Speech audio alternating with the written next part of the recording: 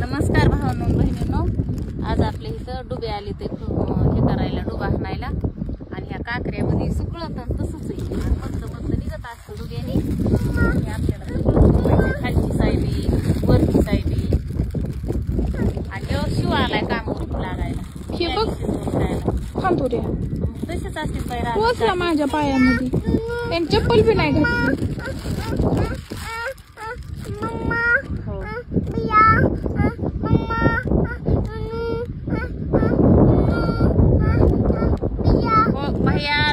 सगळं आजच कामाला लागले की आजच तुमचा गहना आला की हे शिजवून देईन बाह्याला नोनूला कुणाला. हे सगळ्या रानात मरणाचं तण झालंय, खुरपायचंय मला. बाया नाही तर पाऊस पाणी नाही, बाया लावून बायाला तरी कुठं पैसे द्यावा. तू माझ्या पैसे राहणार आहे का? आला गोळ घालायला आणि कसं खुरपायचं होईल? तुमचा गोळच माझ्या मागाला संपत नाही. त्याला हे आता एकदा दोनदा चारदा करून दे. चार तुकडे घासायचे धुवायचे. आणि येऊ माझ्या बाबा तसं नको होय म्हणू, नको म्हणू. भेटायला आले गेली मला बॅग घेऊन आले होय. कुणाला?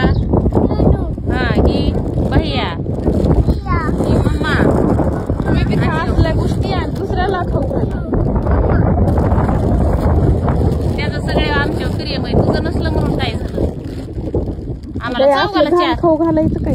चौघाला शेवा आहेत आमच्यापाशी. ओरिजिनल म्हशीचं तुप आहे. गावरान बाजरीच्या भाकरी. उगा आपला असावं म्हणून नडीवडीला सारखं एकच गोष्ट खाऊ वाटत नाही.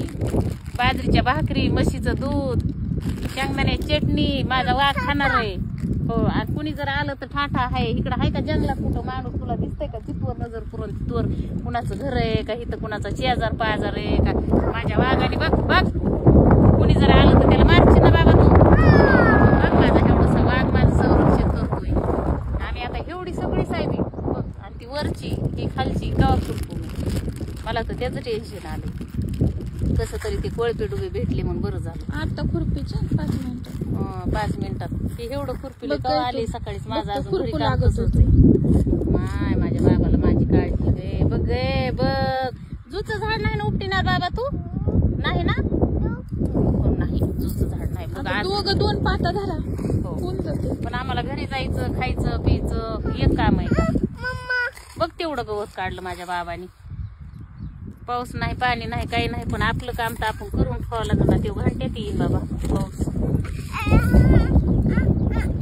बसू नको होय त्याच्यावर. हो हो पाणी देईन, चारा देईन, कशाचं काम करून देतोय कशाचं काय. हे बारीक दिसाने आधी सई सगळ्या काकऱ्या फुल भरलेल्या आहेत.